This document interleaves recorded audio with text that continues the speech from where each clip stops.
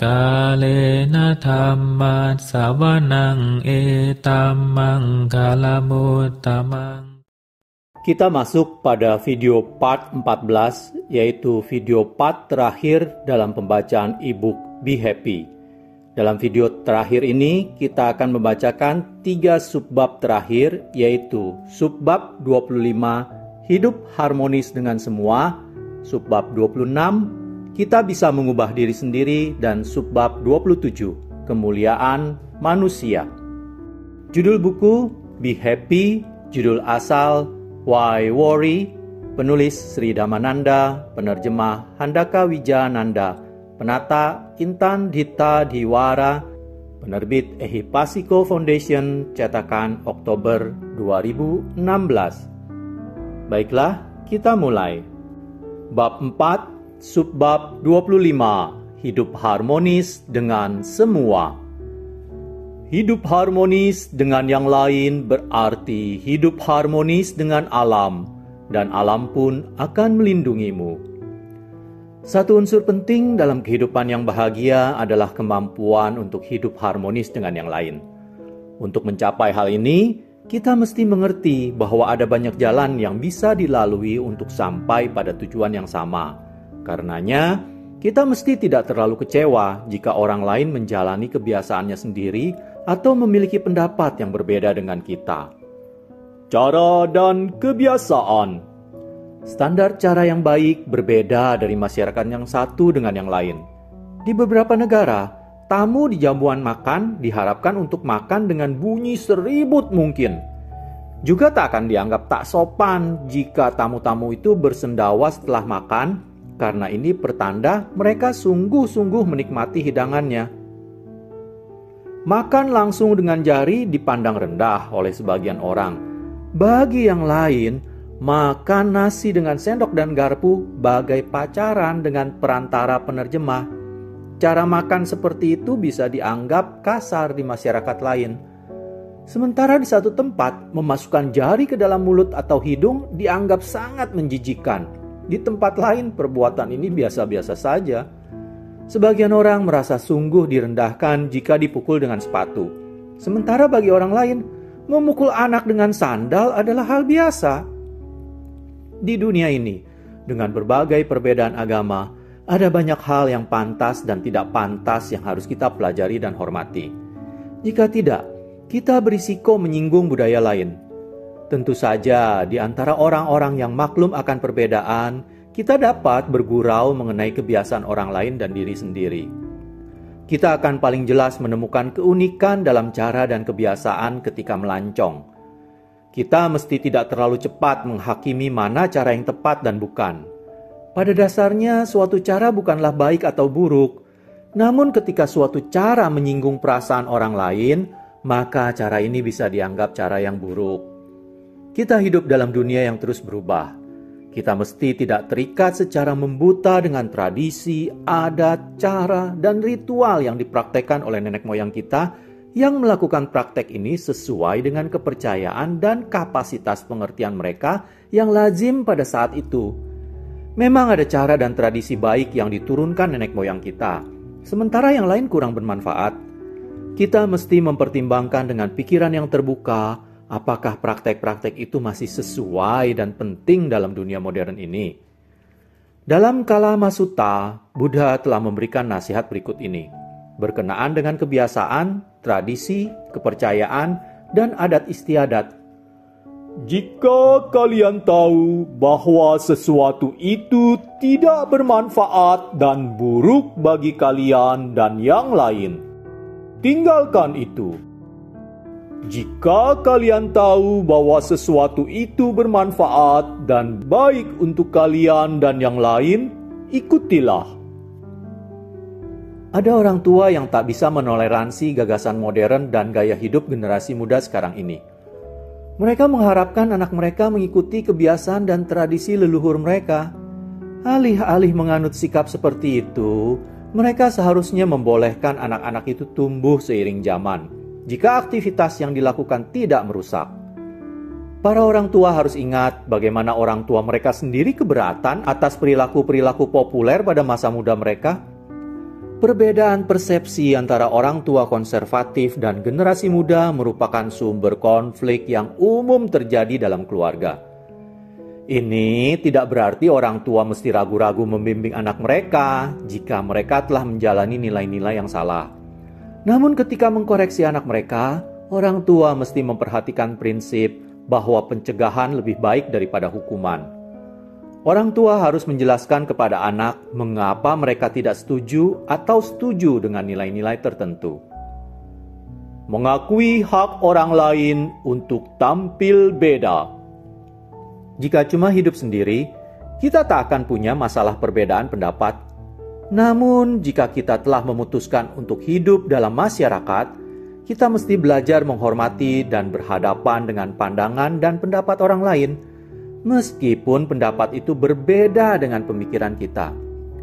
Uthan, mantan sekjen PBB, pernah mengatakan bahwa ketika di kantor, ia sangat berhati-hati untuk tidak mendesakkan kepercayaan pribadinya maupun tradisi bangsanya terhadap mereka yang bekerja dengannya, baik dalam perbuatan maupun dalam ucapan. Namun, pada waktu berada di rumah, ia sepenuhnya mengikuti tradisi Myanmar dalam hal bahasa, makanan, dan agama. Ini setidaknya menunjukkan betapa seorang besar tidak pernah menggunakan pengaruh pribadinya untuk memaksa orang lain menerima kepercayaan dan pandangan hidupnya. Kita juga hidup dalam dunia di mana yang kuat lebih berpengaruh daripada yang benar. Yang kuat memanfaatkan yang lemah dan yang kaya mengeksploitasi yang miskin. Kita harus menghindari perbuatan seperti ini. Jika kita tak bisa setuju, paling tidak kita mesti belajar bersepakat untuk tidak setuju. Kita mesti mengatakan pandangan kita dengan halus dan sopan tanpa mencoba mendesakkan pandangan kita kepada orang lain. Mereka yang menggunakan kekuatan fisik untuk mengalahkan lawan, jelas-jelas menunjukkan ketakmampuan untuk meyakinkan lawan mereka bahwa mereka adalah benar. Perang. Satu lahan besar di mana kekejaman begitu jelas terlihat adalah dalam pertikaian senjata. Perang adalah urusan besar dan menguntungkan bagi negara-negara yang kuat. Bahkan negara yang mampu menciptakan senjata nuklir dianggap prestis. Negara-negara kecil dan lemah yang meminta bantuan senjata dan ekonomi dari negara besar juga memasuki jebakan yang sama dan kehilangan kemerdekaan mereka. Para pencinta kedamaian menuntut negara-negara besar untuk menghentikan adu persenjataan nuklir, tapi mereka tidak didengar. Para pemimpin negara adikuasa tidak menyadari bahwa para penjajah dunia sepanjang sejarah akan berlalu dengan waktu. Tak seorang pun mencucurkan air mata atas kematian mereka. Namun, orang-orang besar yang telah menaklukkan hati mereka sendiri melalui kebajikan dan kewelasan memenangkan hati orang lain. Mereka masih hidup dan akan terus demikian dalam hati orang-orang yang bajik. Seorang anak yang menyaksikan pertandingan sepak bola di televisi bertanya kepada ibunya, "Kenapa mereka rebutan satu bola itu? Kenapa mereka tidak diberi bola masing-masing saja?" Cara menghentikan perang. Kebencian tidak akan bisa diakhiri dengan kebencian. Hanya dengan kasih sajalah kebencian diakhiri. Ini adalah hukum yang abadi. Pepatah dari Buddha di atas bernilai lebih dari jutaan nyawa karena bisa mencegah sebuah perang dunia. Sesungguhnya ungkapan di atas bisa mencegah semua perang jika setiap orang mau menoreh ungkapan emas ini di dalam hatinya. Namun selama orang terus berpikir untuk perang, perang akan terus ada.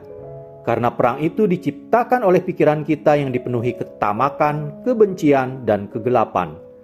Kalau pikiran setiap orang dipenuhi kedermawanan, cinta kasih, dan kebijaksanaan, maka kedamaian akan muncul.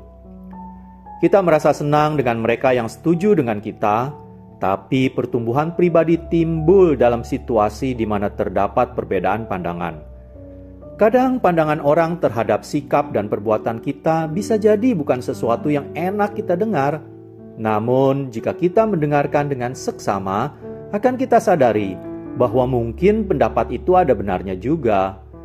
Ini memberi kesempatan bagi diri kita untuk memperbaiki diri jika kita siap mengubah sikap dan perbuatan kita.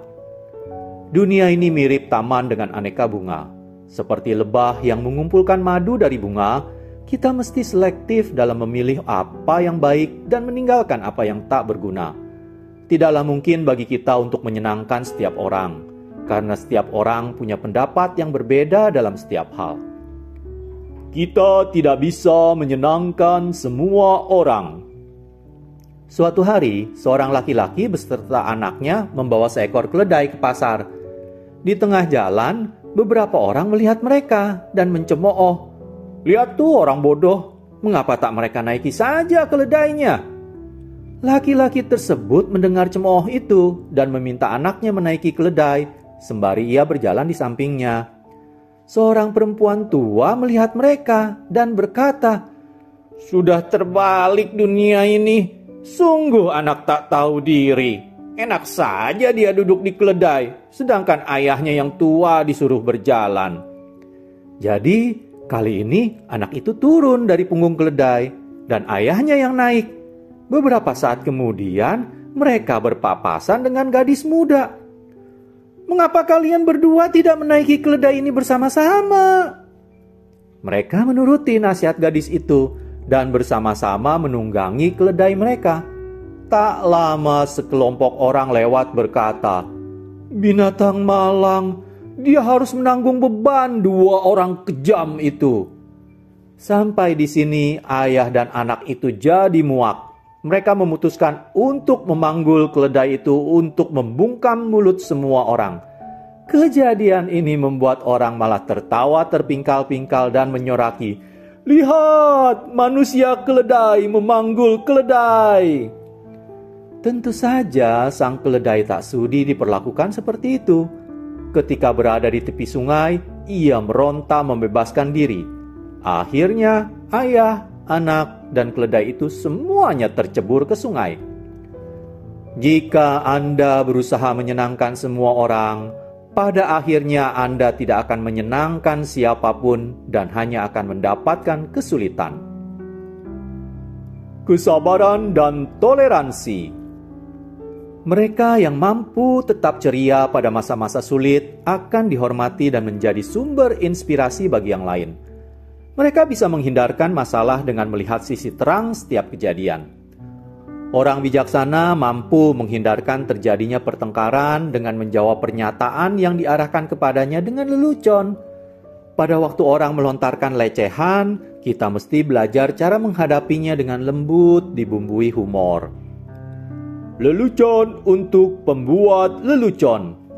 Suatu kali, ada seorang Inggris yang menghadiri pesta.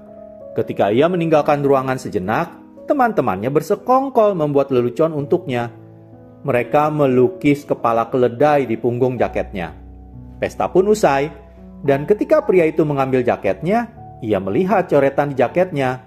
Bukannya marah, ia malah bertanya lembut, "Apa tadi ada yang mengelap wajahnya dengan jaketku?" Teman-temannya tentu saja terkejut dengan pertanyaan ini. Pria itu menjelaskan, "Begini, saya cuma bertanya karena cetakan wajahnya tertinggal di jaket ini." Apa yang seharusnya Anda lakukan ketika kalah dalam satu permainan? Jangan tunjukkan kemarahan, karena dengan begitu Anda tidak hanya merusak suasana gembira permainan, tetapi juga kehilangan rasa hormat dari teman-teman. Setiap orang bertanggung jawab bagi terciptanya dunia yang lebih baik, dengan cara menanam benih kesabaran, cinta kasih, dan kejujuran di lubuk hatinya. Pada akhirnya, era baru akan berbunga, membawa manfaat bagi generasinya dan generasi berikutnya. Ia adalah orang beradab yang tahu bagaimana menghadapi kesulitan dengan simpati dan pengertian. Ciri orang besar terletak pada bagaimana ia menghadapi kesulitan sehari-hari dengan penuh keseimbangan. "Ia bukan pelayanku, ia guruku." Guru Buddhis terkenal dari India diundang ke Tibet untuk membabarkan Dharma. Guru ini membawa serta seorang laki-laki yang tidak hanya bawel dan tak bertanggung jawab, tapi juga tukang masak yang payah. Setelah mengamatinya selama beberapa waktu, orang-orang Tibet mendekati sang guru dan dengan penuh hormat bertanya, "Mengapa guru begitu tenggang rasa dengan tukang masak tak berguna itu?" Ia kelihatannya cuma menimbulkan masalah alih-alih membantu guru. Mengapa tidak guru pulangkan saja? Kami akan dengan senang hati melayani guru." Sang guru tersenyum dan menjawab, "Kalian tak mengerti. Dia bukan pelayanku, dia guruku." Mereka kaget dan mohon penjelasan. "Kenapa bisa begitu?" Guru menjelaskan, "Kalian lihat, perangainya yang rewel dan tak menyenangkan mengajariku untuk bersikap sabar dan bertenggang rasa setiap hari. Karena itulah aku menghargainya." Orang boleh bilang bahwa nilai kesabaran dan toleransi tidak bisa diterapkan dan terlalu idealis untuk diikuti. Sebagian orang sinis dan heran jika orang yang harus bergulat untuk hidup di dunia yang keras ini bisa benar-benar tertarik mengembangkan kasih sayang. Walaupun tidak gampang menjalani nilai-nilai ini, adalah mungkin melakukannya dengan keteguhan dan tekad. Diplomasi. Anda tak bisa berharap untuk mendapatkan kedamaian dengan mengkoreksi setiap orang di dunia ini. Sama halnya, Anda tidak bisa membersihkan dunia ini dari batu dan duri agar jalan menjadi mulus. Agar tetap nyaman berjalan di atas tanah yang berbatu, pakai saja sepatu Anda. Demikian juga, kita mesti belajar menjaga indera kita untuk mendapatkan kedamaian batin, karena kita tidak akan bisa melenyapkan semua hal yang mengganggu dari dunia ini. Ada banyak cara untuk mengkoreksi seseorang jika ia salah. Dengan kritik, celaan, dan makian di depan umum, Anda tidak akan bisa meluruskannya. Sebaliknya, Anda cuma membuat dia semakin keras dengan pandangannya.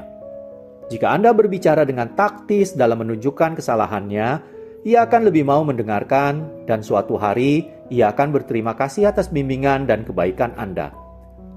Kapan saja Anda mengungkapkan pandangan Anda akan suatu hal, hindarkan kata-kata kasar yang diucapkan dengan amarah agar tidak melukai perasaan orang lain. Selalulah nyatakan pandangan Anda dengan lembut dan santun. Sebaliknya, Anda mesti tidak lupa diri atau menunjukkan wajah yang merenggut ketika kesalahan Anda diungkit orang lain. Anda mungkin berpikir bahwa dengan menunjukkan kemarahan, memasang muka cemberut, dan membentak, Anda bisa mengintimidasi sehingga mereka melalaikan kelemahan Anda.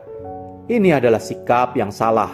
Kekasaran, teriakan, kemarahan, dan sumpah serapah adalah kekuatan palsu orang yang lemah. Dalai Lama suatu kali berkata, "Ketika saya berjumpa dengan seseorang, saya tak pernah memperdulikan ras, warna kulit, maupun status sosialnya.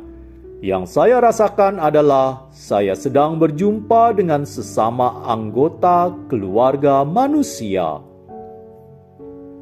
Subbab 26. Kita bisa mengubah diri sendiri. Pikiran adalah arsitek nasib kita. Pikiran bisa membuat kita sakit dan juga mampu menyembuhkan kita. Alam ini seimbang. Keseimbangannya tak bisa diusik. Hukum-hukum alam yang berjalan dengan tak pernah salah dan tak bisa ditawar-tawar, tidak goyah oleh pujian, doa, maupun persembahan. Mereka bekerja di alam fisik dan mental tanpa campur tangan dari sosok pembuat hukum. Salah satu hukum alam yang berpengaruh kuat pada kualitas kehidupan manusia adalah hukum karma. Hukum ini bekerja dalam lingkup moral. Tindakan baik atau buruk yang dilakukan pikiran, perkataan, maupun perbuatan pada waktunya akan memberikan hasil yang bersesuaian. Jika seseorang kejam, melakukan perbuatan jahat, dan tidak hidup selaras dengan hukum alam, ia mengotori seluruh atmosfer dengan perbuatan buruknya. Sebagai akibat dari perbuatan buruk itu, hasil yang tak menyenangkan akan muncul, membuatnya sulit menjalani hidup yang bahagia, cukup, dan damai. Ia menciptakan ketakbahagiaan bagi dirinya sendiri dan orang lain dengan pikirannya yang tercemar. Sebaliknya, jika ia hidup selaras dengan hukum alam dan menjalani hidup yang lurus dan benar, ia mensucikan atmosfer dengan jasa kebajikannya. Dengan getaran positif mentalnya, ia mempengaruhi mereka yang berada di sekitarnya, sekaligus menciptakan lingkungan yang kondusif bagi perdamaian dan kebahagiaan. Mengembangkan kebajikan. Kebajikan dan kerangka pikiran yang positif bukanlah nilai-nilai yang muncul begitu saja dalam diri seseorang. Bagi kebanyakan orang, sungguh mudah memberi jalan pada kemarahan, kecemburuan, niat jahat, dendam, mementingkan diri, khususnya ketika di bawah tekanan dan persaingan. Usaha diperlukan bagi orang untuk menjadi baik dalam menghadapi keadaan yang tidak menyenangkan. Seseorang perlu menghargai betul pentingnya kebajikan dan perlunya mengatasi kebencian, keangkuhan ego, dan nafsu mementingkan diri sendiri. Apakah mustika sejati itu? Ada seorang wanita yang suka memuji-muji orang lain demi keuntungannya sendiri. Suatu hari, ia mendapatkan sepotong batu kemala dan mencoba menghadiahkannya kepada seorang menteri. Meskipun dibujuk-bujuk, menteri itu menolak menerima batu tersebut. Wanita itu berkata, "Ini adalah mustika sejati. Orang biasa tak pantas memakainya. Hanya orang sekali bertuan yang pantas memakainya. Jadi batu kemala ini hanya tepat dimiliki dan dikenakan oleh tuan." "Anda boleh menganggapnya sebagai mustika," kata menteri. "Namun saya tak mudah menerimanya hanya karena rayuan. Itulah mustika saya." Kebajikan dikembangkan dengan latihan terus-menerus. Mereka yang berharap mendapatkan kebajikan harus membiasakan diri mengembangkan sifat-sifat baik dalam kehidupan sehari-hari. Sama seperti murid yang ingin lulus harus belajar dengan konsisten. Pada mulanya, kita harus berusaha segenap daya dan bertekad mengembangkan nilai-nilai positif, terutama jika kita memiliki kecenderungan kuat pada sikap negatif. Dengan menjalani kesadaran penuh dan usaha, kita bisa membalikan kecenderungan negatif itu dan mengembangkan kebiasaan pikiran, perkataan, dan perbuatan yang baik. Sekali kebiasaan baik ini terbentuk dan berkembang dengan latihan, waktunya akan tiba ketika kita mendapati diri menjadi semakin sulit berbuat buruk dan negatif. Perbuatan yang muncul dari diri kita secara alamiah akan menjadi spontan, kreatif, bijaksana, baik, dan membawa kebahagiaan. Benar-benar ajaib. Suatu hari, seorang pasien rumah sakit jiwa merapatkan telinganya ke dinding dan mulai berkata, "Ajaib."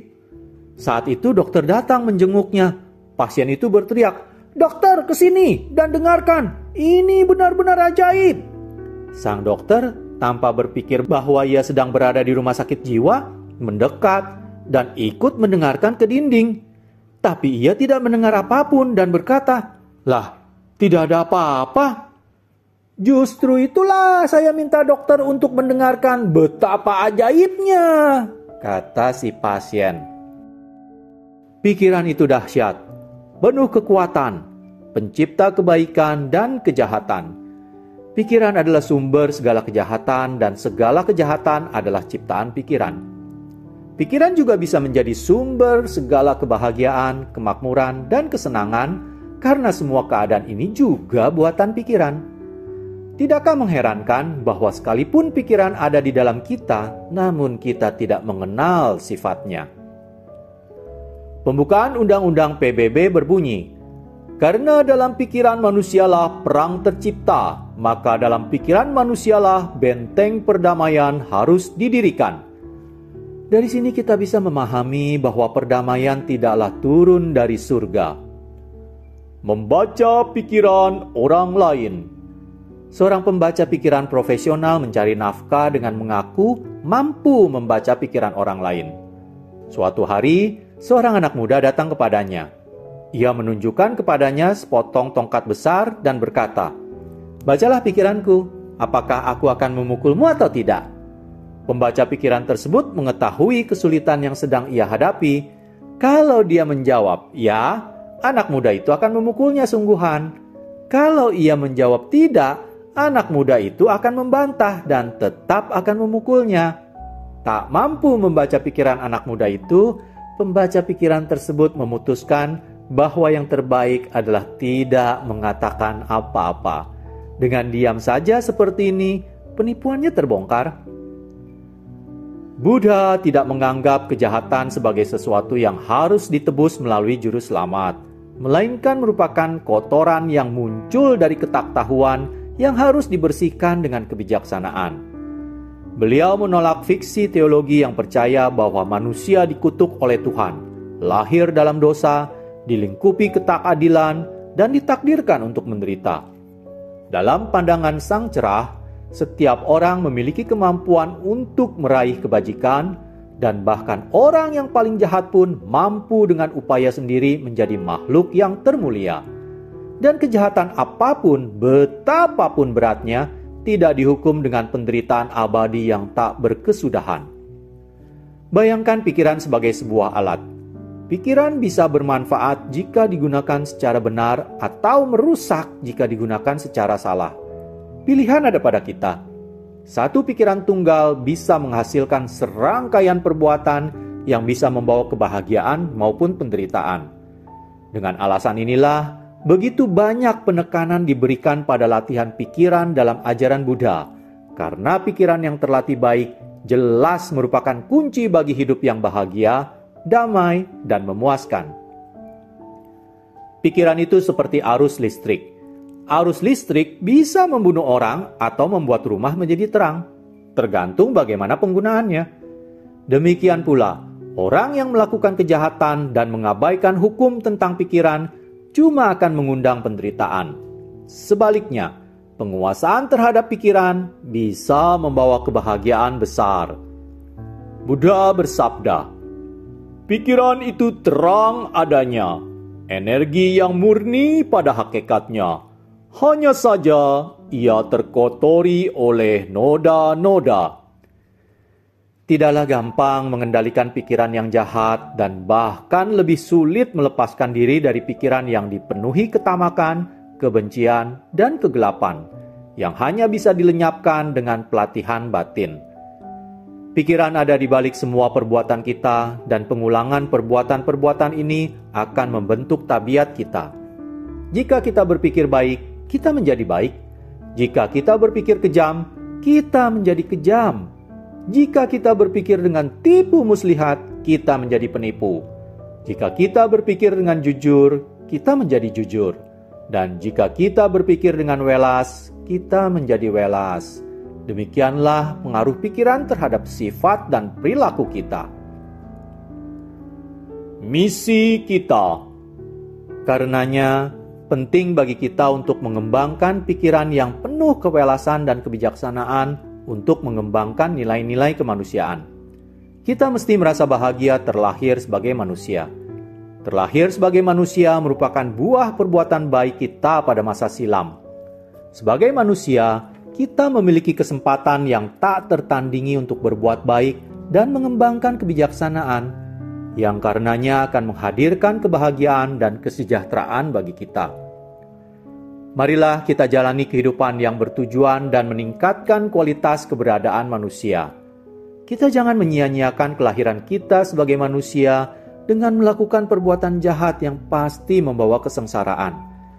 Jangan biarkan hari-hari kita berlalu seperti bayangan awan, tak meninggalkan apapun di belakang.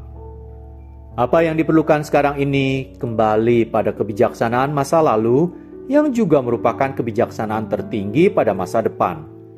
Pun begitu, bukan hanya kebijaksanaan masa lalu atau masa depan, itu adalah kebijaksanaan abadi yang ditemukan oleh Buddha dan menjadi milik segala zaman dan semua manusia.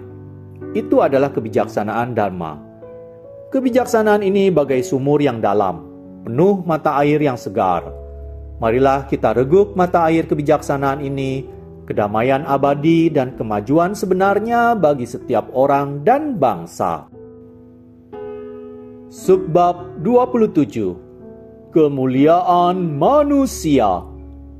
Telah dengan jelas disebut dalam falsafah kuno bahwa tujuan hidup bukanlah penumpukan harta yang mementingkan diri sendiri, melainkan perbuatan mulia melayani makhluk lain. Mari kita coba pastikan sejauh mana kita bisa membahas dari sudut pandang Buddhis hal yang berkenaan dengan subjek sederhana namun kadang membingungkan ini, yaitu mengenai kemuliaan manusia. Sifat-sifat manusia yang mana yang membawa pada kemuliaan dan kesucian? Sifat-sifat itu didasarkan pada norma-norma moral, etika, intelektual, dan spiritual yang kita pegang dan junjung dalam berhubungan satu sama lain dari hari ke hari. Sebagai manusia, kita memiliki pikiran yang bisa berkembang hingga ke tataran di mana kita bisa membedakan mana yang benar dan mana yang salah, mana yang pantas dibanggakan dan mana yang membuat malu. Inilah nilai-nilai kemanusiaan yang kita, sebagai manusia, merasa gembira memilikinya. Dalam menjunjung tinggi nilai-nilai tersebut, kita membedakan diri kita sebagai manusia, bukannya binatang. Untuk bisa mengembangkan pikiran, kita mesti bisa mengembangkan dan mempertahankan kekuatan berpikir yang merupakan kemampuan untuk menentukan mana yang etis dan mana yang tidak etis, apa yang moral dan apa yang amoral, apa yang baik dan apa yang buruk, mana yang benar dan mana yang salah. Ini adalah hal-hal yang berada dalam jangkauan manusia. Binatang tak memiliki sifat-sifat ini. Binatang bertindak berdasarkan naluri. Jelas bahwa manusia adalah satu-satunya makhluk hidup yang mampu mengembangkan pikiran maupun kekuatan berpikirnya hingga setinggi itu, bahkan hingga ke tataran kebudayaan. Menarik untuk dicatat bahwa pada zaman dahulu, orang membawa senjata untuk melindungi diri dari binatang dan membawa jimat untuk menjauhkan diri dari roh jahat. Dewasa ini, tentu saja hanya sedikit di antara kita yang membutuhkan perlindungan semacam itu. Namun demikian, tampaknya kita justru menjadi makin takut terhadap sesama manusia. Malu dan takut. Sebelum penemuan agama, manusia dibimbing oleh dua faktor yang berharga, yang pada zaman primitif menyumbang pada kemuliaan manusia. Kedua faktor itu adalah hiri dan ottapa. Hiri adalah malu yang dirasakan pikiran yang murni terhadap gagasan berbuat jahat. Ottapa adalah keengganan yang membuat orang mundur dari berbuat jahat. Rasa malu moral dan takut moral senantiasa mengatur kelakuan manusia. Binatang hanya dituntun oleh naluri untuk hidup dan tidak bertindak berdasarkan nilai kemoralan. Namun, ketika manusia menyerah terhadap pengaruh jahat obat bius, minuman keras, nafsu, kemarahan, ketamakan, iri hati, mementingkan diri, dan kebencian, mereka akan kehilangan keseimbangan. Mereka menolak diri mereka sendiri untuk menerima hak kemuliaan manusia dan menjadi seperti binatang. Meskipun kita membanggakan diri sebagai manusia yang beradab, kita mencatat dengan penuh penyesalan tingkah laku dan niat sebagian orang yang bisa digambarkan sebagai tak lebih dari sifat binatang. Tentu bukan ini yang kita kehendaki. Manusia yang layak dihormati haruslah ia yang mempunyai rasa malu dan takut terhadap moral, yang penuh kasih sayang, kewelasan, dan simpati terhadap makhluk lain, yang takut menyakiti orang lain, namun selalu siap mengulurkan tangan bagi yang membutuhkan. Inilah nilai-nilai umum manusia yang harus kita junjung dan pertahankan. Kita mesti mengembangkan nilai-nilai kemanusiaan kita, bukannya mengabaikannya. Dengan melayani orang lain, kita mengembangkan nilai-nilai luhur yang ada dalam diri kita. Dengan melayani orang lain, kita menunjukkan semangat pengertian, kebajikan, kewelasan, kejujuran, kesederhanaan, kelembutan, kerendahan hati, dan kecukupan hati. Ini adalah nilai-nilai luhur manusia yang mesti kita miliki dengan bangga. Berbagai sifat manusia. Ada sifat-sifat tertentu dalam diri kita sebagai manusia yang harus kita jaga dan tumbuhkan dengan hati-hati menjadi nilai-nilai kemanusiaan yang bermanfaat. Mudahnya, sifat-sifat ini terbagi menjadi 3. Sifat kebinatangan, sifat kemanusiaan, dan sifat ketuhanan. 3 sifat ini mempengaruhi tingkah laku kita dalam berbagai tingkatan. Jika kita membiarkan sifat binatang kita liar tak terkendali, kita akan menjadi beban masyarakat. Agama adalah sarana yang bermanfaat bagi kita untuk mengendalikan sifat kebinatangan yang bersemayam dalam diri kita.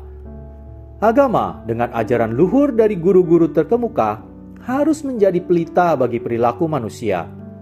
Agama juga menjadi sarana kita untuk mengembangkan, menumbuhkan, dan memajukan berbagai aspek sifat kemanusiaan kita yang tersembunyi. Dengan mengembangkan dan memperbaiki sifat kemanusiaan, kita akhirnya mencapai tujuan tertinggi, mewujudkan sifat ketuhanan kita. Setelah melakukan ini, kita mencapai tataran pengembangan di mana emosi rendah seperti ketamakan, nafsu, kebencian, kecemburuan, dan sifat-sifat tak terpuji lainnya lenyap sepenuhnya, sehingga membuat manusia menjadi semakin mulia dan layak bagi penghormatan tertinggi. Dengan bantuan agama, kita mengendalikan dan menaklukkan sifat kebinatangan kita, mengembangkan sifat kemanusiaan kita, dan menggapai sifat ketuhanan dalam diri kita. Sifat ketuhanan tergantung pada pengembangan niat baik atau kehangatan atau kepedulian terhadap kesejahteraan orang lain, kewelasan atau kebajikan, simpati terhadap keberhasilan orang lain, dan keseimbangan dalam untung atau malang, dan pujian atau celaan. Sifat-sifat ini juga dikenal sebagai kediaman luhur. Ironis memang bahwa masih banyak agamawan yang berpengertian keliru bahwa tujuan tertinggi bisa dicapai dengan hanya berdoa, kebaktian, atau ritual tertentu. Sifat seperti ini harus diubah. Kita punya tugas dan tanggung jawab yang harus dipenuhi agar kita hidup sebagai manusia sejati. Kita harus menumbuhkan dan mengembangkan sifat kemanusiaan untuk mencapai sifat ketuhanan. Kita mesti menjalani semua nilai-nilai kemanusiaan demi kebaikan dan kesejahteraan semua makhluk. Kita mesti melakukan semua yang baik semampu mungkin dan mengikis semua yang jahat. Agama-agama dunia telah dikembangkan untuk menuntun dan menunjukkan kepada kita jalan yang benar untuk hidup dalam damai dan harmoni. Semua agama harus menyediakan petunjuk yang sesuai dan penting bagi penganutnya untuk memungkinkan setiap orang hidup dan bekerja bersama dengan saling menghormati, pengertian, dan bermartabat. Sebagai sesama pemeluk agama, kita semua harus bisa hidup bersama tanpa menebarkan kebencian, kecemburuan, permusuhan, atau perasaan unggul. Ajaran Buddha memberikan jalan seperti itu. Salah satu kaidah emas untuk menjalani kehidupan mulia adalah dengan menerapkan penghidupan yang seimbang, tanpa menjadi ekstrim dalam segala hal. Buddha tidak menganjurkan kita untuk menyiksa badan dan batin demi agama. Kita bisa menjalani ajaran agama dengan nalar. Jangan berlebih-lebihan dalam segala hal. Kita juga jangan melupakan aspek terpenting dalam kehidupan, perkembangan spiritual. Ajaran Buddha bisa dibagi dalam 3 jalan. Kebahagiaan dalam hidup ini, kebahagiaan dalam hidup berikutnya, dan kebahagiaan dalam pencapaian tertinggi, nirwana. Dalam upaya mencapai 3 jenis kebahagiaan ini, seorang manusia bisa mencapai kemuliaan dan kesucian. Demikianlah selesai sudah pembacaan e-book Be Happy pada video part 14 ini. Semoga dapat membawa manfaat dan kebahagiaan bagi Anda semua. Kalena dhamma savanang etamang kalamutamang